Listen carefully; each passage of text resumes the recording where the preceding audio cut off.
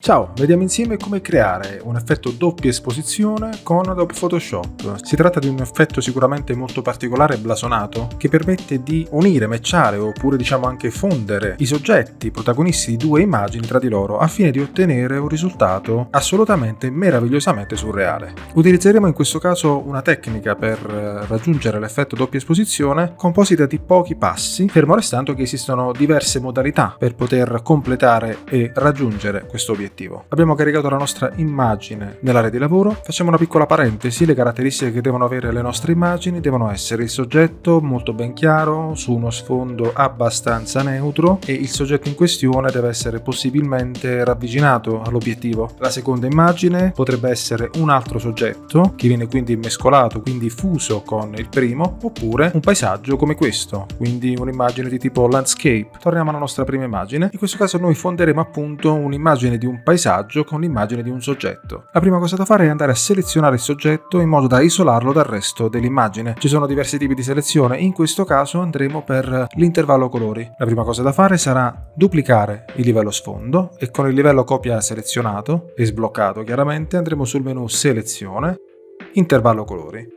L'intervallo colori è un tipo di selezione, possiamo dire così, che ci permette di selezionare un'immagine attraverso i colori che la compongono, quindi le cromie, ma anche attraverso le ombre, i mezzitoni e le luci, cioè vale a dire le parti più scure, le parti più chiare o le parti che si trovano a metà tra la luce e il buio che compongono appunto l'immagine. Parliamo naturalmente dei pixel. Selezioniamo quindi ombre, vedremo dall'anteprima che il programma ha già avviato una selezione del soggetto in questione attraverso la tolleranza e l'intervallo. Sono due parametri che regolano l'intervallo colori. La tolleranza vi permette di essere preciso nella selezione, diciamo che una tolleranza tra il 15 e il 20 in questo particolare caso è ben accetta. L'intervallo invece mi permette di ampliare il raggio d'azione o diminuire il raggio d'azione della selezione per ombre, quindi di aumentare l'effetto di selezione attraverso i pixel scuri, le parti più scure dell'immagine. In questo caso mi permette di ampliare questo raggio d'azione evidenziando in bianco tutto il soggetto che si trasformerà in selezione. Lo vediamo perché è flaggata la modalità selezione. Clicchiamo su OK. Automaticamente il programma genera la selezione, chiaramente andrà perfezionata. Per farlo utilizzeremo uno strumento classico e semplice di selezione che preleveremo dal pannellino strumenti qui sulla sinistra. Possiamo anche selezionare lo strumento lazo poligonare. La modalità di lazo poligonare da utilizzare sarà aggiungere la selezione,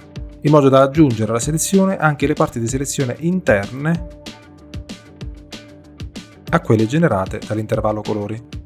Andiamole quindi ad aggiungere, facciamo semplicemente delle selezioni di aree all'interno, chiudiamo con un doppio clic, in modo da essere sicuri di far entrare tutta la selezione all'interno del soggetto, ossia fare in modo che il soggetto sia selezionato esclusivamente dai bordi. Quando siamo soddisfatti del risultato, andremo ad aggiungere una maschera di livello che conterrà la selezione generata. Quindi con la selezione attiva e il livello selezionato, ci spostiamo nella parte bassa del pannello livelli e clicchiamo su Aggiungi una maschera di livello.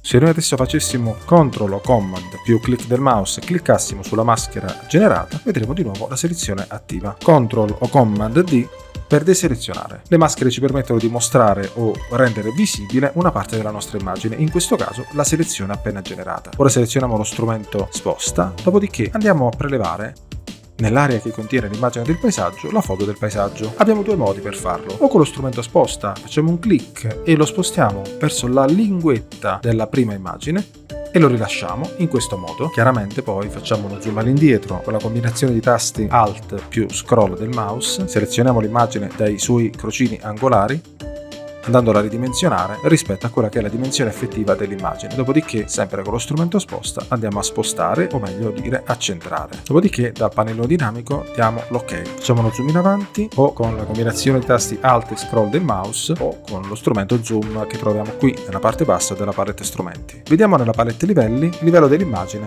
generato. Ora col tasto destro dobbiamo andare a dare una maschera di ritaglio, cioè fare in modo che questa immagine vada a popolare solo ed esclusivamente l'interno della selezione selezione che ne troviamo appena sotto nella maschera nera. Quindi col tasto destro sul livello dell'immagine appena importata facciamo clic su crea maschera di ritaglio ed ecco qua, il nostro paesaggio si è mescolato con la selezione del soggetto principale generando un effetto surreale. Chiaramente non è finita qui, Photoshop ci mette a disposizione, grazie al suo menu a tendina che si trova nella parte alta del pannello livelli, una serie di metodi di fusione che ci permettono di mescolare tra loro le cromie e le luminosità dell'immagine che sta sul livello superiore rispetto all'immagine che si trova sul livello appena inferiore. Infatti, se passiamo il mouse lungo i vari metodi di fusione, vediamo i vari risultati che otteniamo in base appunto alla selezione, o meglio al metodo di fusione selezionato. Chiaramente ogni metodo di fusione ci restituisce un effetto, una sensazione diversa. Possiamo anche lasciare tranquillamente su dissolvi, in questo caso diamo più enfasi alla sagoma, quindi al contorno e non al contenuto stesso del soggetto principale, enfatizzando al massimo la seconda immagine, ossia il paesaggio. A questo punto non ci resta che esportare l'immagine, andremo quindi su File, Salva con nome e dal menu a tendina selezioneremo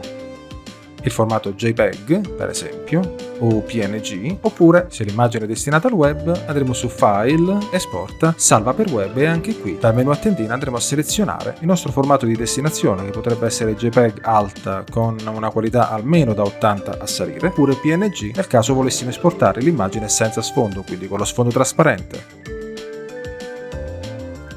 Immaginiamo invece di lavorare su questa seconda immagine, andremo a fare chiaramente una copia, sbloccheremo il livello copia, se dovessimo trovare appunto il lucchetto ancora associato, dopodiché una volta fatta la copia andiamo sul menu selezione, soggetto, in questo caso andiamo a selezionare velocemente il nostro soggetto in modo da poterlo isolare attraverso la maschera. Infatti con la selezione attiva e il livello selezionato ci spostiamo nella parte bassa del pannello livelli e andiamo a cliccare su aggiungi maschera. Ora andiamo a selezionare la nostra immagine duplicando il livello sfondo, lavorando quindi sullo sfondo copia. Con la combinazione di tasti, e questo è il modo alternativo per portare l'immagine del paesaggio sull'immagine del soggetto, andiamo a cliccare sulla tastiera CTRL o Command più clic sulla miniatura. L'immagine è stata selezionata, ora dovremo andarla a copiare, quindi CTRL o Command C oppure dal menu modifica copia, andiamo sulla seconda immagine, CTRL o Command V oppure dal menu modifica incolla. Anche qui chiaramente dovremo andare a ridimensionare l'immagine del paesaggio, quindi facciamo uno zoom all'indietro, ci appoggiamo con il cursore del mouse su uno degli angoli del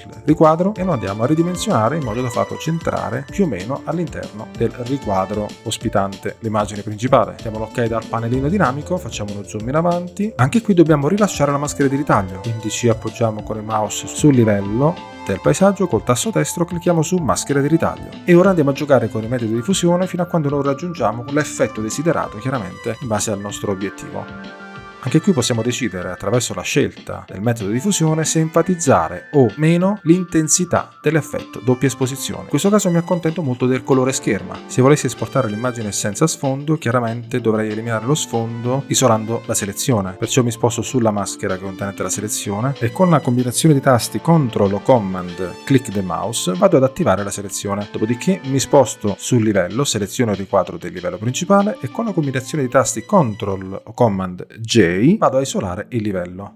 Nascondo i primi due livelli, ho isolato la selezione, la maschera di ritaglio è attiva sulla selezione, posso andare a esportare il mio file, la mia immagine come PNG, formato che supporta la trasparenza. Ora lavoriamo su questa terza immagine, applichiamo l'effetto su un soggetto che è già stato fotografato in modalità scura. Andiamo quindi a selezionare il livello di sfondo originale, a farne una copia, dopodiché mi sposto sulla parte alta, al menu selezione, intervallo colori, anche qui vado a enfatizzare la modalità ombre.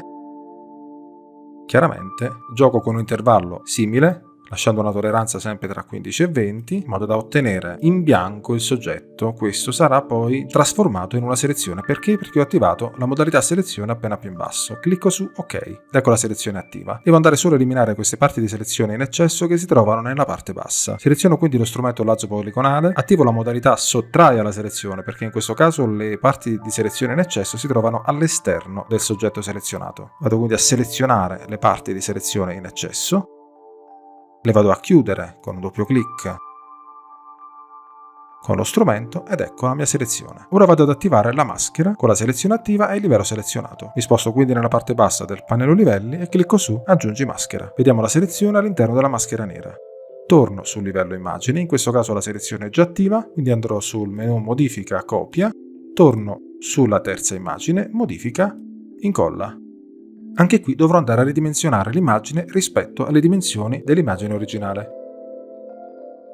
Seleziono lo strumento sposta e poi mi sposto su uno dei crocini degli angoli e centro l'immagine del paesaggio rispetto alla verticalità dell'immagine originale. Dal menu dinamico o dal pannellino dinamico vado a confermare la trasformazione. Ora mi sposto sul pannello livelli e con il tasto destro clicco su Crea maschere di ritaglio e automaticamente l'immagine del paesaggio andrà a popolare la selezione perché agirà direttamente sulla selezione e non sul livello originale. Ora selezionando il livello superiore, che sarebbe appunto il paesaggio appena importato, e aprendo il menu a tendina con tutti i metodi di fusione possiamo andare a enfatizzare o meno l'effetto della doppia esposizione selezionando il metodo di fusione più adatto alle nostre esigenze. Chiaramente andremo a scegliere un metodo di fusione che comunque risalti le caratteristiche della fusione tra il soggetto e il paesaggio. Possiamo poi andare a alleggerire l'intensità dell'effetto giocando con l'opacità che si trova appena a destra dai metodi di fusione.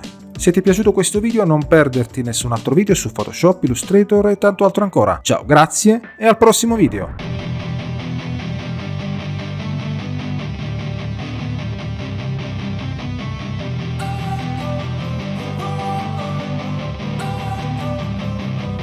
Don't wanna sleep in, cause I got something to prove. I gotta take what I hate and finally make a move. I think of you and all the shit you don't do. Well, I'ma make hella sure that I don't become you.